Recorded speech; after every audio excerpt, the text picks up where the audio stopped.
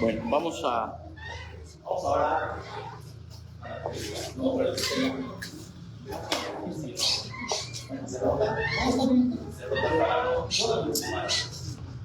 Señor Jesucristo, te damos gracias por el día de hoy, por estar aquí, Padre.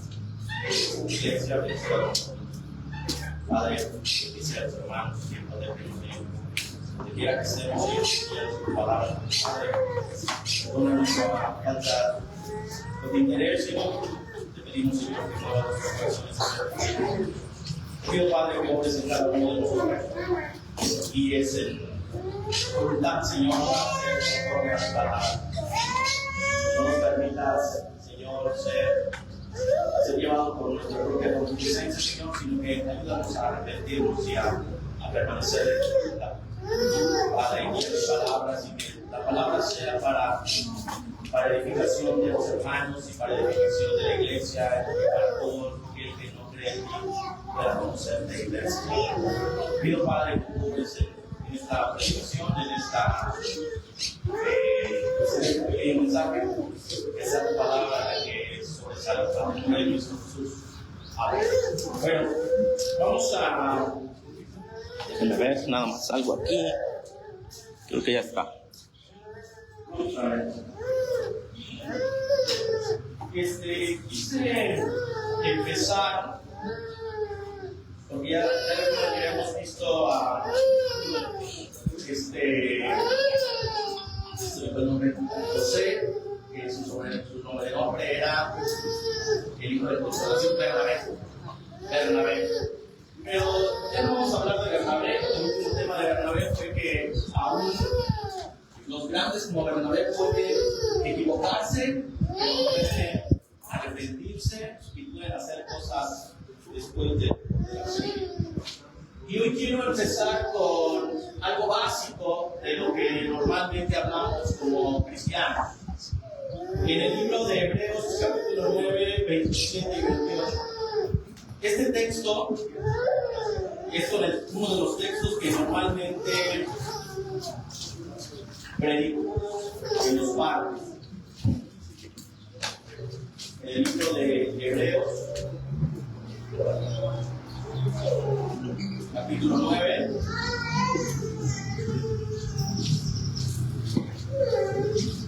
versículo 27. Vamos a ir a ese libro. Y este es el texto que normalmente hablo en el parque cuando predico. Bueno, uno de los textos, hay varios textos que toco. Ahorita vamos a tocar varios de los textos con los que hablo, porque en el parque trato normalmente de tomarme unos 20, 15, 10 minutos, y entonces trato de hablar rápido lo que es el mensaje para que la gente no se aburra. Y ahorita confío que ustedes pues, no se aburrirán, sino que podré ahondar en algunos temas un poquito más, ¿verdad? ¿Con qué fin? Con el fin de que todos los que hemos creído en el Evangelio tengamos la seguridad. Ese es el mensaje de hoy, ¿verdad? Dice así: y de la manera, Hebreos 9:27, y de la manera que está establecido a los hombres que mueran una vez y después el juicio. Ese es el texto con el que empiezo a predicar a las personas en el barco. Y de la manera que está establecido a los hombres que mueran una vez y después el juicio. ¿Sabes por qué me gusta hablar de este texto? Porque ocurre algo natural en el ser humano ahora, ¿sí? Que es el proceso de morir. Por ejemplo, nos dicen, nacemos, crecemos, nos reproducimos, morimos, ¿verdad? Ese es el ciclo que le llaman el ciclo de la vida. Lo enseñan desde la primaria. Cuando vamos a la primaria, nacer, crecer, reproducirte, morirte. Todas las especies, o básicamente todas las especies de la Tierra, tienen esa naturaleza de morir. Pero, ¿saben? Me gusta este texto porque el apóstol Pablo está llamando a las personas a que se interroguen, ¿sí?, el porqué de la muerte. Y el porqué de la muerte nos lleva al principio. A mí me parece un poco interesante y por eso lo predico, porque creo que a las personas les puede interesar en el parque, pero en un principio no era así. En un principio el hombre no fue diseñado para morir. ¿Te das cuenta de eso? El hombre no fue diseñado para que pereciera. ¿Cuándo vino la muerte? ¿En qué momento vino la muerte? Esa es la reflexión que el apóstol Pablo quiere hacer a los hebreos. ¿Cuándo llegó la muerte al ser humano? Si ustedes van, o si todos vamos, ¿verdad?, al libro de Romanos capítulo 6, versículo 23. Vamos a ir con Romanos capítulo 6, versículo 23. Ahí nos sintetiza básicamente lo que estamos hablando, ¿sí? Dice así: porque la paga, ya estamos ahí, Romanos 6, 23, dice así: porque la paga del pecado es muerte. El hombre muere a causa del pecado. Y me gusta en el parte decirle, ¿cuál es la principal causa de muerte? Bueno, algunos pueden decir diabetes, algunos pueden decir cáncer, algunos pueden decir que la causa de muerte es hipertensión. Y creo que en el IMSS tienen como mayor causa de muerte el paro cardíaco, ¿cómo le llaman eso? Tiene otro nombre. Infarto. Hipertensión arterial. Bueno, es un infarto, bueno, es la principal causa de muerte según el IMSS. En México, pues obviamente puede tener, es multifactorial desde la hipertensión y otras cosas, ¿verdad? Pero en México se puede decir, luego viene diabetes, que es, hermanos, el azúcar, ¿verdad?, que le llaman el consumo de esto, hace que falle, no sé qué, no sé médico, pero desde esto, pero tiene algo de hepático, ¿verdad? De hepático, no sé, pero ustedes no saben. A lo que voy es muerte, ¿verdad? Te va a matar la diabetes. Y esto no es algo de salud. Este no es un sermón de salud para que coman mejor o para que vivan mejor, que sería bueno, porque también debemos hacer mejor, pero es para que se den cuenta y que los seres humanos ya tenemos arraigados, tarde o temprano vamos a morir. No vamos por eso, ¿verdad? Aquí en México, ¿verdad?, o la violencia, ¿verdad?, está consumiendo nuestra sociedad. Muertos, asesinados por la maldad del hombre, ¿sí? Asesinan a diario. Bueno, un hombre mata a otro. Pero la principal causa de muerte aquí dice es la paga del pecado. Así no era al principio. Si nosotros vamos al libro de Génesis, capítulo 2, vamos al libro de Génesis. Eso da a entender el libro de Génesis, capítulo 2. Y empezamos a leer desde el versículo 15 al 17, ¿qué dice? Por favor. Génesis 2, 15 al 17.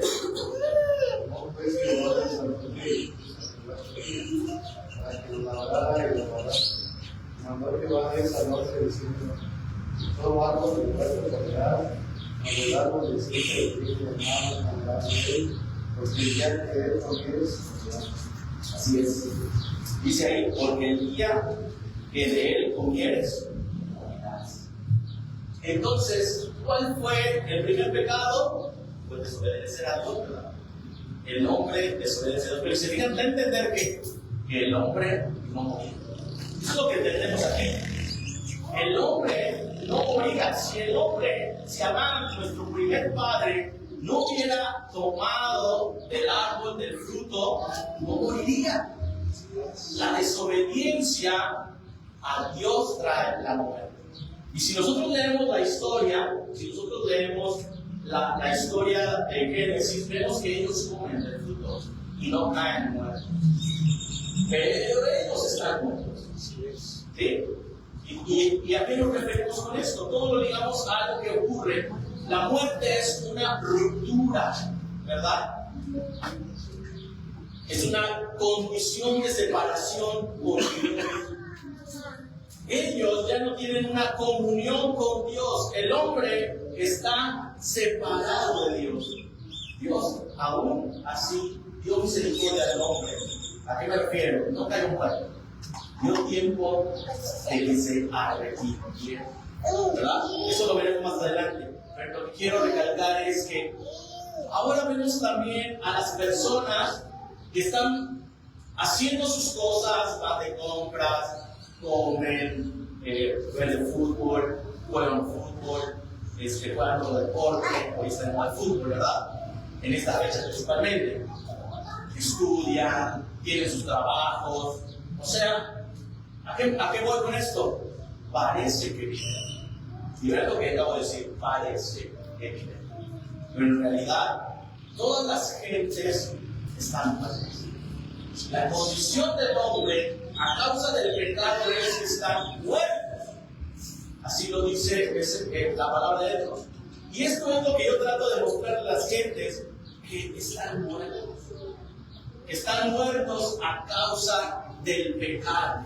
Eso es lo que hace el pecado. Y aquí vemos claramente lo que es el pecado. El pecado es desobedecer a Dios. El tema de hoy no es revisar qué es lo que tenemos que obedecer o no tenemos que obedecer, porque tenemos que leer toda la Biblia. Pero pueden leer ustedes en toda la Biblia, hermanos, qué es lo que agrada y lo que no agrada a Dios. ¿Qué es lo que agrada que tú hagas y qué es lo que no agrada que tú hagas? ¿Saben? A veces el hombre piensa, yo lo digo porque siento que yo era así como un religioso más, ¿sí? Aunque muy pequeño empecé a estudiar la Biblia, pero saben que cuando yo era pequeño me mandaban a la iglesia y no iba a la iglesia por querer escuchar de Dios, sino que iba a la iglesia y nos ponemos hasta el final de la parroquia de San Antonio y esperábamos el final porque empecé a tener la panadería y yo quería comer mi pan. Los domingos siempre nos daban para comprar un pan después de ir a la iglesia, ¿sí? Y entonces yo quería comer un pan. ¿A qué voy con esto? Que no era mi objetivo el conocer de Dios, el estar conociendo, era comer el pan. Y no debe ser, y bueno, ¿a qué voy? Aunque yo era un pequeño, ¿verdad? Que podríamos decir, tenía cierta falta de noción, pero muestra en realidad lo que mi corazón desea. No desea buscar a Dios. El hombre natural, mi yo natural, no desea buscar a Dios. Mucha gente se engaña con eso.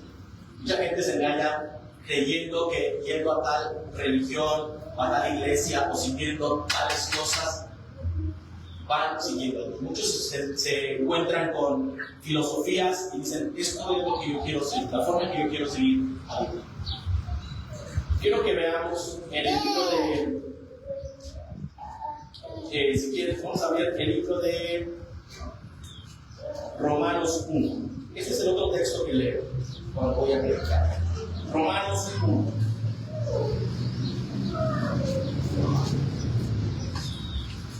Y el verso 16.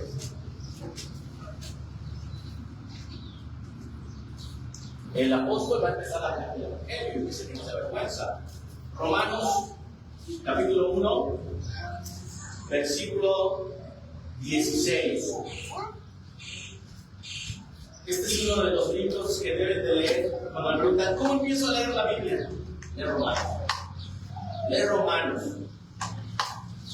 Romanos es con el paso a paso.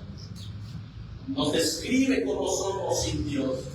Nos describe que todos somos pecadores, es lo que vamos a ver ahorita. Describe cómo el hombre puede ser justificado delante de Dios. Y cómo un hombre justificado debe vivir su nueva vida. El libro de Romanos sintetizado. Pero léanlo, si no lo han leído, lean Romanos. El apóstol Pablo da una guía del desarrollo del creyente. Vamos a ver, dice, porque no me avergüenzo del Evangelio, porque es potencia de Dios para salud a todo aquel que cree, al judío primeramente y también al griego. Aquí habla de dos personas. Los judíos son importantes, ¿por qué? Porque ellos tenían la palabra, ellos tenían la ley. A ellos les fue dado directamente de Dios la ley. Y los griegos que representan a todo aquel que no es judío. O sea, aquellos a quien Dios no les habló en un monte y les dio la ley directamente. Aquellos a quien Dios no levantó profetas, no. Pero hay personas, ¿verdad?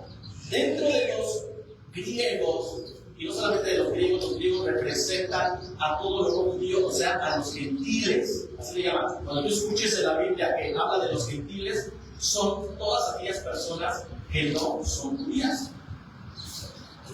Y los griegos tenían filósofos, grandes filósofos, expertos, sus historias nos siguen llegando hasta el día de hoy, ¿verdad? Grandes escritores como Homero, que escribió la Ilíada, ¿verdad? Que habla de Ulises, que habla de, bueno, del hijo de Ulises, Telémaco, su esposa Penélope, la Odisea que escribe, ¿verdad? Aquiles, la pelea por Troya, el caballo de Troya. A lo mejor no la han leído más yo, pero son epopeyas, grandes historias que han contado las personas, o sea, eran inteligentes. Pero dice aquí, verso 7, porque en él la justicia de Dios se descubre de fe en fe, como está escrito, mas el justo vivirá por fe.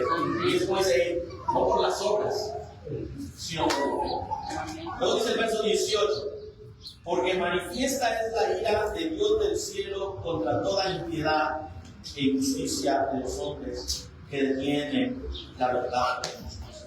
Aquí habla de algo importante. Dios no está contento.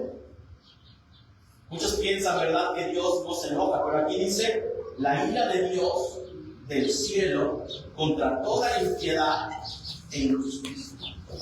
Cuando hace el mal y cuando hacen algo injusto, Dios no se agrada. A mí me sorprende mucho cómo muere alguien que toda su vida pudo haber sido un narcotraficante y de todos modos, de alguna manera, el cura de cierta iglesia le hace misa y todos dicen, ahora pasó mejor vida.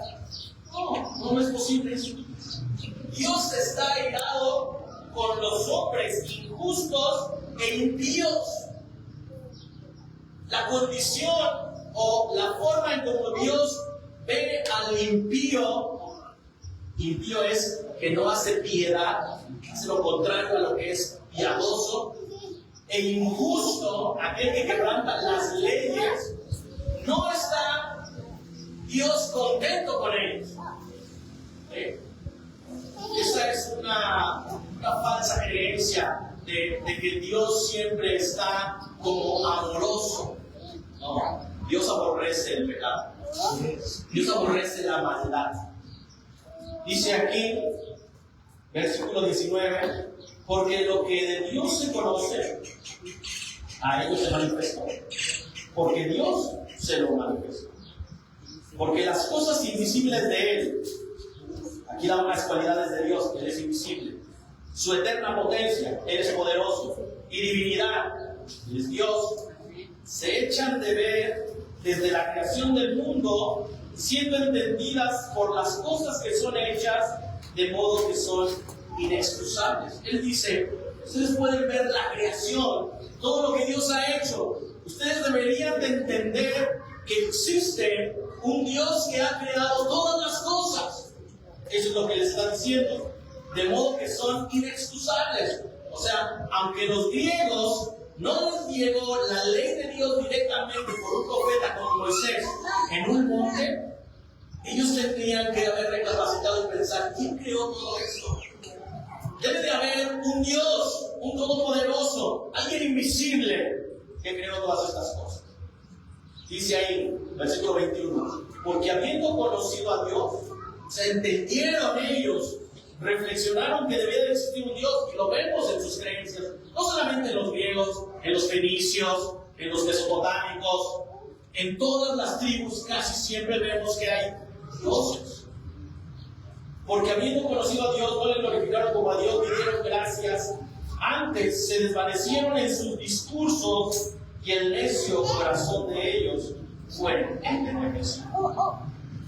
Este tipo de razonamiento que para ellos les parecía lógico, oscurece su entendimiento. Su necio corazón, dice, nos muestra una característica del corazón del hombre, como es necio. El hombre, en lugar de decir: existe un Dios, existen muchos dioses. El Dios de la lluvia, Tlaloc, el Dios del fuego, Huitzilopochtli, no sé, Tezcatlipochtli, que no sé ahora de qué es, pero sé que existe, como lo enseñan en la primaria, el Cal, ¿verdad?, que es el del viento. Hace mucho que fue a la primaria, ya no me exijan tanto, ya no me acuerdo tanto de los nombres. Y no sé ni de qué cultura son ahora, ¿verdad? Porque hay mayas, olmecas. Pero todos tenían sus dioses. Dice aquí: diciéndose ser sabios, se hicieron vagos y trocaron la gloria del Dios incorruptible en semejanza de imágenes de hombres corruptibles y de aves, de animales de 4 pies y de serpientes, por lo cual también Dios los entregó a injusticia en la concupiscencia de sus corazones, de suerte que contaminaron sus cuerpos en disciplina. Aquí se confunde luego el verso 24, como diciendo que Dios los aventó. No, simplemente la corrupción del hombre, lo que está diciendo, Dios viene con el hombre, lo puede detener. Lo puede detener. Pero Dios también dice: ok, no quieres creer, está bien. Y cuando Dios suelta ese stop o esa detención que pone en el corazón del hombre, el corazón del hombre empieza como en una bola de nieve de corrupción, que empieza a crecer y a crecer y a crecer y a crecer. ¿Sí?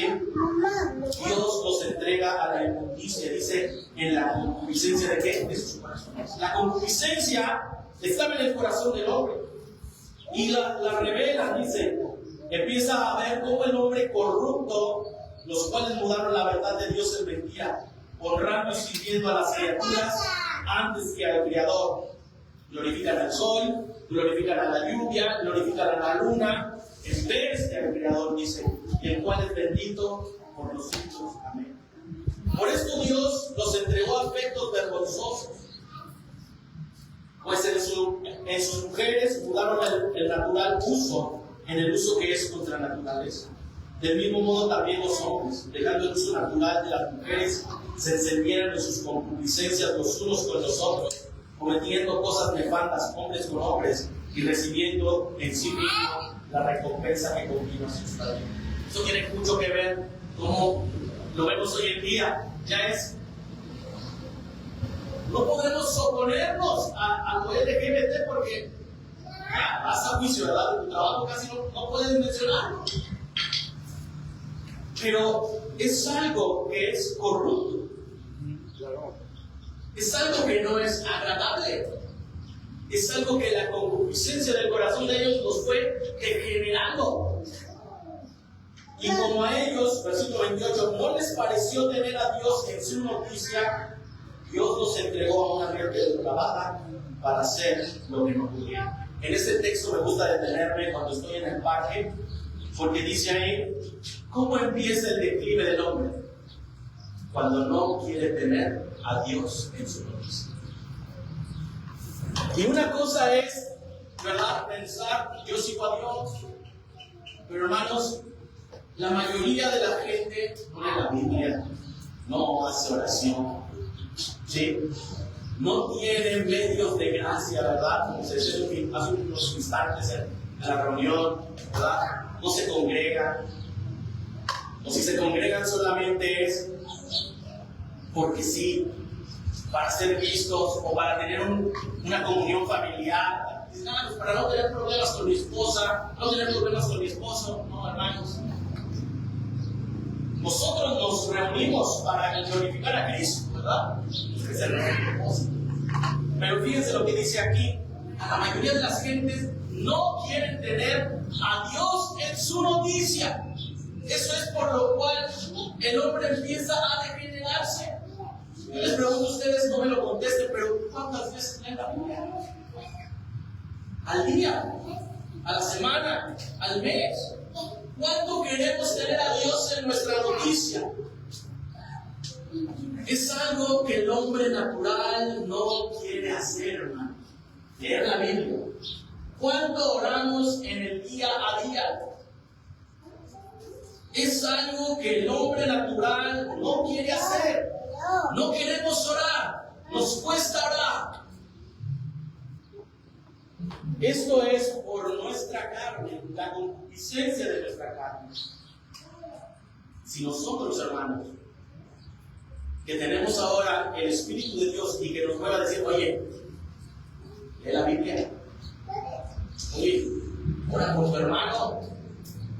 Sin su Espíritu, hermano, también viviríamos solamente una religiosidad, llegando a la iglesia solamente los domingos a escuchamos, nos vamos a la casa y seguimos viviendo. Pero el cristianismo no es así, porque el cristiano desea tener a Dios en su noticia. Escuchar de Él, alabarle, glorificarle.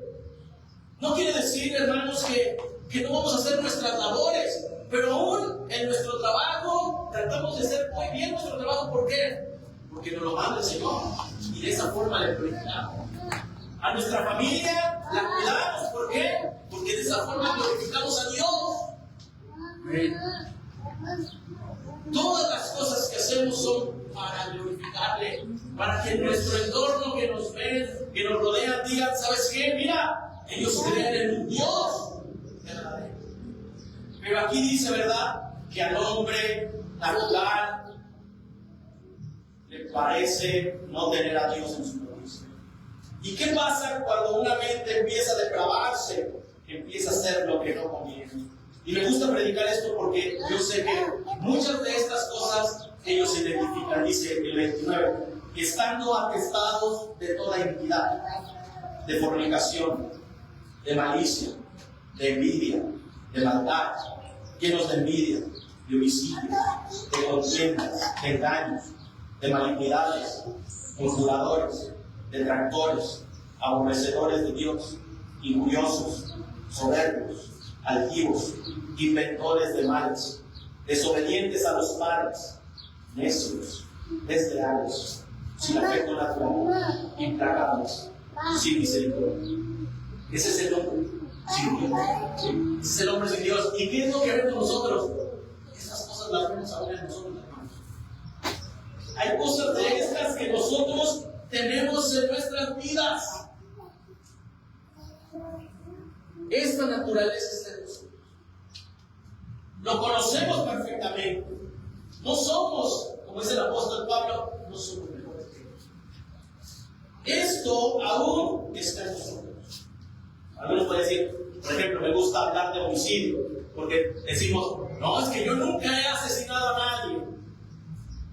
Está bien, quizás no ha asesinado a nadie, pero el Señor Jesucristo le dio la interpretación correcta a ese texto, ¿verdad?, de la ley, y dice que aquel que se enoja locamente contra su hermano, en su corazón, no ha asesinado.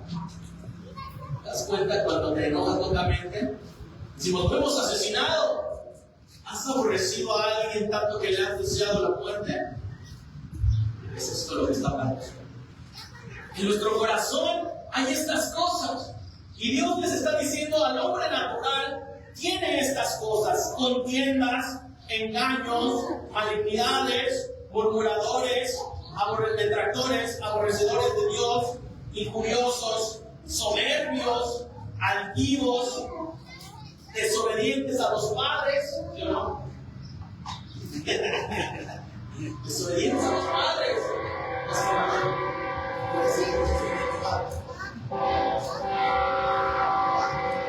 Hermanos, todas estas cosas están en el hombre actual. Y podemos decir, a ellos no les puedo dar la ley. Pero vamos a ver en el libro de Romanos, capítulo 12.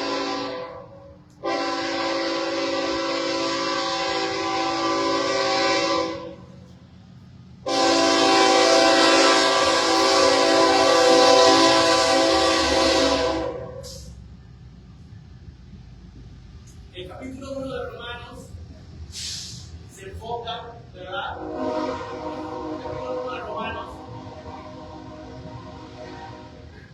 se enfoca en los griegos, en los gentiles, que tenían discursos, que tenían filosofía, pero no tenían a Dios. El capítulo 2 de Romanos ahora se enfoca en los judíos, que tenían la ley de Dios, que vieron descender a Dios en el monte y lo escucharon hablar. Y le dijeron, no nos hables tú, que nos hable Moisés. Que vieron temblar el monte, a quien les pueda dar la ley. Y los profetas, dice aquí en el versículo 17, que aquí tú tienes el sobrenombre de judío y estás reposado en la ley y te glorías en Dios. Y sabes su voluntad y apruebas lo mejor, instruido por la ley. Y confías en que eres guía de los ciegos, luz de los que están en tinieblas, enseñador de los que no saben, maestro de niños, que tienen la forma de ciencia y de la verdad de la ley. ¿Quieren tú decirle a los niños? Alguien que tenía la palabra de Dios, que podía ellos discernir, hacer juicio, hacer justicia. Decía, puede ser luz en las tinieblas. Pero ¿qué dice el versículo 21? Perdón. Tú pues que enseñas a otros, no te enseñas a ti. Tú que predicas que no se ha de hurtar. Tú que dices que no se ha de adulterar, adulteras. Tú que abominas los ídolos, cometes sacrilegio. Tú que te jactas de la ley con infracción de la ley, deshonras a Dios. Porque el nombre de Dios es reservado por causa de vosotros entre los gentiles, como está escrito. Porque la circuncisión en verdad aprovecha si guardares la ley. Mas si eres rebelde de la ley, tu circuncisión es hecha. Ellos tenían la ley de Dios y no podían guardar la ley de Dios. Es uno de los reclamos que luego nos hacen también a nosotros. ¿Y eso que eres cristiano? ¿Verdad? Lo mismo pasaba con los judíos. Ellos decían de la ley, de cómo Dios los había escogido, de cómo Dios los había guardado. Pero el apóstol Pablo, ¿cómo creen que se sientan los judíos cuando les empieza a decir, no te enseñas a ti mismo? Tú que predicas que no se debe hurtar, ¿hurtas? Obviamente lo iban a querer luchar, obviamente lo iban a querer matar, ¿verdad? No por eso lo golpearon y lo dejaron casi muerto, ¿verdad? Obviamente les está cayendo el apóstol Pablo en que ellos, aunque también tenían la ley, eran pecadores. Y esto es a lo que siempre quiero llegar cuando predico en el Padre. Romanos 3, versículo 10. Bueno, vamos a leer desde el 10. Vamos a leer el 4. 9. ¿Qué pues? Ahora a los cristianos. A los cristianos, dice ahí, ¿somos mejores que ellos? De ninguna manera. Porque ya hemos acusado a judíos y a gentiles que todos están debajo del pecado. Como está escrito, no hay justo ni a uno, no hay quien entienda, no hay quien busque a Dios. Todos se apartaron, a una fueron hechos inútiles. No hay quien haga lo bueno, no hay ni a uno. Cada persona en el mundo está condenada. Todas las personas del mundo están condenadas. Aquí lo dice, no hay justo ni a uno. ¿Por qué sabemos que están condenadas? Porque no son justos. Nadie es justo. Todos somos pecadores. Todos somos malos. Si Dios hiciera justicia, nos debería de condenar a todos. Eso es a lo que el apóstol Pablo quiere llevar al hombre a pensar. Si Dios actúa con justicia, Él debería de matarte hoy mismo. Es la verdad. El hombre que pecare, dice, el alma que pecare, esa morirá. Dios día con día extiende misericordia, aunque no lo creas. Cuando abres tus ojos y aún vives, ¿verdad? Es misericordia de Dios. ¿Por qué? Porque eres pecador y deberías de morir a causa del pecado. Pero Dios te da misericordia día a día. Respiras, es por la misericordia de Dios. Porque deberías de morir. ¿Sabes que hubo tiempos en donde Dios ejecutaba su justicia instantáneamente? Si Dios actuara en esa época, ¿quién podría actuar? Me llama mucho la atención. Para todo el mundo lo apunté. Sí, Levítico 10. Vamos a ver. Levítico 10.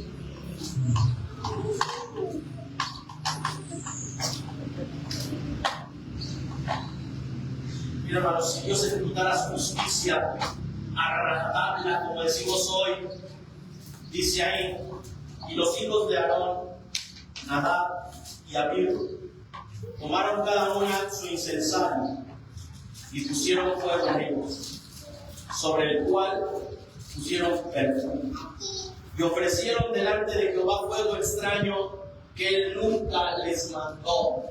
Dios no les ordenó que hicieran esa ofrenda, y salió fuego delante de Jehová que los quemó y murieron delante de Jehová. Instantáneamente Dios ejecutó su justicia, porque sus sacerdotes no ofrecieron lo que debían de hacer. ¿Sabes qué pasa con esto en mí? Es temor. Eso es a lo que se refiere el temor. ¿Cómo vemos a los hombres mintiendo, robando, sin temor? ¿Por qué? Porque han tenido misericordia de Dios tantos días en su vida. Pero si Dios ejecutara así tal cual ese día ejecutó su justicia, no estaríamos ninguno vivos. No estaríamos ninguno de nosotros vivos. Todos ya habríamos perecido. Todos ya habríamos muerto. ¿Qué dice en el verso 3? Imagínate, hermano, ver a tus hijos morir ejecutados por Dios ardiendo. Aarón y Moisés le dice, entonces dijo Moisés a Aarón, esto es lo que habló Jehová diciéndome, en mis allegados me santificaré, y en presencia de todo el pueblo seré glorificado. Y Aarón cayó. No pudo llorar a sus hijos, no pudo, los vio morir y no los pudo llorar, porque Dios le dijo, la razón por que los maté es que ellos no me glorificaron como yo debo ser glorificado, en santidad. Y eso es lo que Dios busca del ser humano. ¿Qué es lo que necesito yo para agradar a Dios? ¿De qué manera Dios no me ejecutaría? Ser santo. Estoy lejos. Estamos lejos. Nadie puede decirse que ha hecho perfectamente la voluntad de Dios todos los días. ¿Quién lo podría decir? Solamente ha existido una persona que ha hecho la voluntad de Dios perfectamente todos los días de su vida, y fue creado por el Espíritu Santo en la Virgen. Ese es Jesucristo. Era semejante a nosotros, dice ahí el apóstol, pero sin pecado. Hermanos, si nos ponemos a pensar la segunda parte del texto que leíamos, vamos a regresar a nuestro texto base, que era el libro de Hebreos 9:27.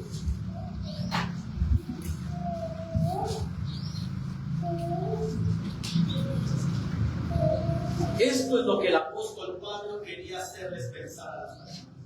¿Sabes qué? Vas a morir, pero ¿por qué? Porque eres pecador. Cada uno de nosotros vamos a morir. ¿Por qué? Porque somos pecadores. Pero eso no es el problema.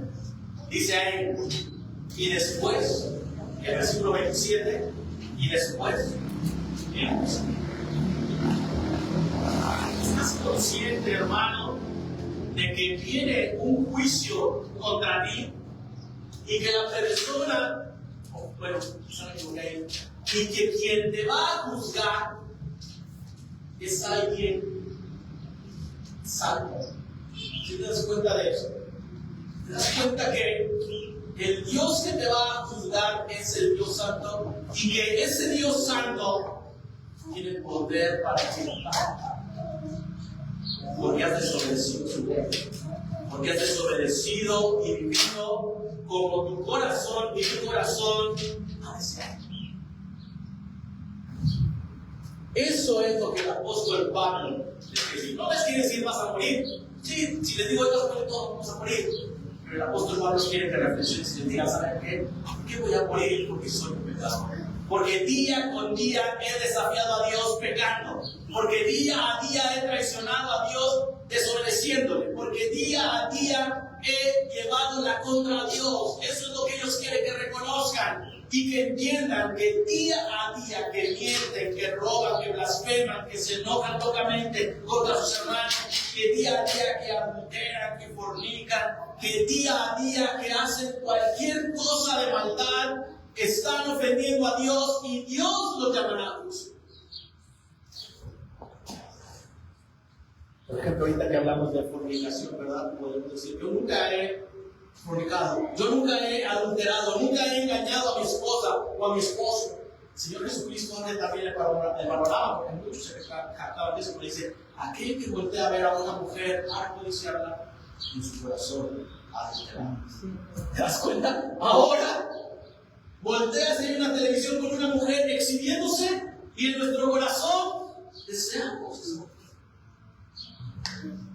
Y no es solamente de mujeres, ahora de hombres, perdón, también las mujeres. Hay un show que se llama Solo para Mujeres y que vemos que van esas mujeres ahí. ¿Te das cuenta? El juicio de Dios viene.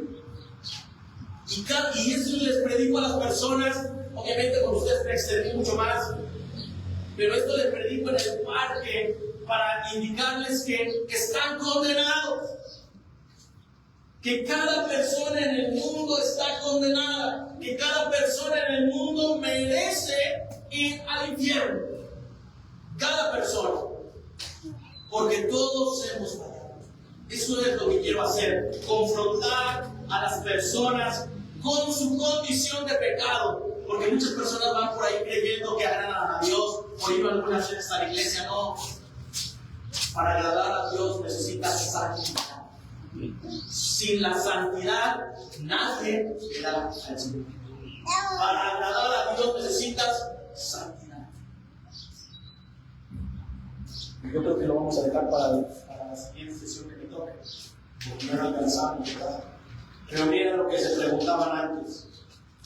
En el libro de Job 25:6. Job 25:6.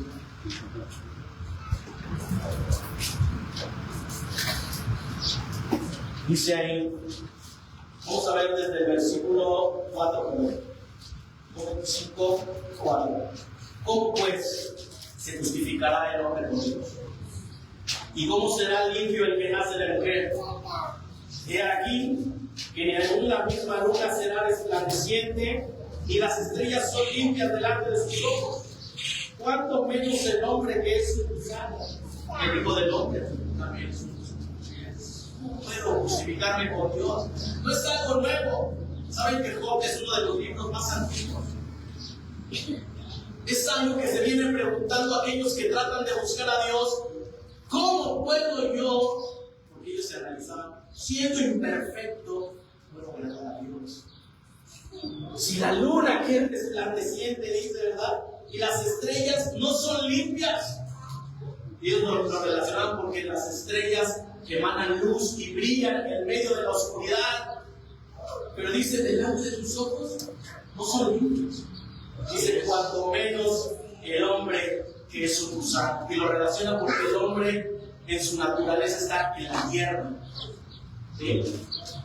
Un gusano vive en la tierra. Y el Hijo del Hombre también es gusano. Job capítulo 15. A ver si tengo. Job 15. Verso 14.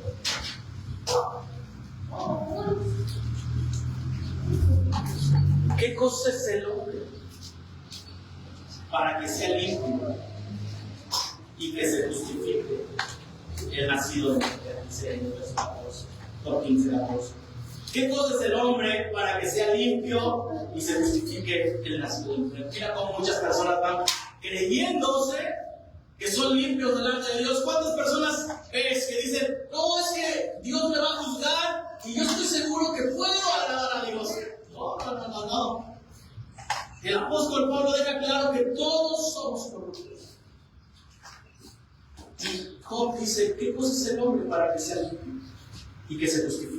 He aquí que en sus santos no confía, y ni los cielos son limpios delante de sus ojos. Del 16. Cuanto menos el hombre abominable y vil que bebe la iniquidad como agua. Cuanto menos el hombre que bebe la iniquidad como agua. ¿Te das cuenta, hermano? Algo que me gusta hacer reflexión en el libro de Hebreos, capítulo 9, versículo 27, es que no van a juicio delante de un Dios que es un todo. Él conoce todas las cosas. Él conoce mi corazón. Él conoce lo que aún nadie conoce. Lo que he hecho en oculto. Mis pensamientos, no solamente lo que he hecho en oculto. Él conoce mis pensamientos. Lo que he pensado en mi mente, la perversión que hay en mi mente, Él la conoce. Y nos enfrentamos a un juez que tiene pues todas las pruebas en nuestra contra, es a lo que me refiero, ¿verdad? Y es un juez justo. ¡Qué terrible! ¿Verdad? ¿Por qué? Porque a los jueces de este mundo quizá pueda darles una gana y ellos me dejan libre. Pero Dios es incorruptible. Dios es justo. Él dice, no tendrá al culpable por inocente. Hermanos, ya se me fue el tiempo, pero quiero dejarles esta reflexión. Ninguno de nosotros, por nuestras obras, quiero que quede claro, podríamos alcanzar la justicia de Dios. Estamos tan lejos de Dios naturalmente. Estamos tan lejos de Dios en nuestra naturaleza humana. Él es santo, santo, santo, y nosotros somos viles y veremos la maldad como agua. ¿Saben, hermanos? Es verdad que cuando predico esto trato de hacer que las personas sientan que están completamente incapaces de llegar a Dios. Ese es el fin que busca Pablo. Y eso es lo que yo busco también. No tienes posibilidad de salvarte. Ni una sola posibilidad de salvarte por tus buenas obras. ¿Por qué? Porque no tienes buenas obras. Eso es lo que busco que la gente tenga en su corazón.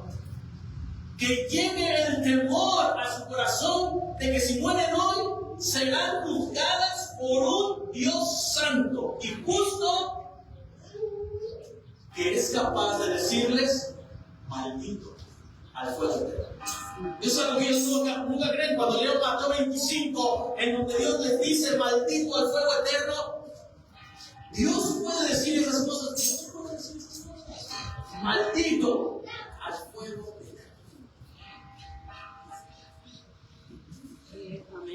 Claro, mi tema no termina ahí, porque el Evangelio, ¿saben lo que significa, verdad? La palabra Evangelio, como evangélicos, nosotros debemos saber qué significa. significan buenas noticias, significan buenas nuevas. Y parece que solamente he dado malas noticias, diciéndote que eres malo, que eres perverso, que eres pecador, y que si Dios te juzga en esa condición, netamente serás condenado. Pero eso solamente es la mitad de mi mensaje. Creí que iba a tener más tiempo, pero no, ¿verdad? Se me fue una vez. Obviamente, mi mensaje va a ¿dónde? A que estando desnudos, a que estando lejos de Dios, sin querer acercarnos a Dios, sin querer ir a Dios, Dios, en su infinito amor y misericordia, nos abre un camino para llegar a Él. Ese es el Evangelio, eso es lo que continúa. Esa es la gracia de Cristo, ese es el amor de Cristo, que se hizo hombre, que padeció desde pequeño hasta el Gólgota, que fue escupido, que fue golpeado, que fue deshecho. El castigo de nuestra paz sobre él, ¿verdad? Por su llaga fuimos curados.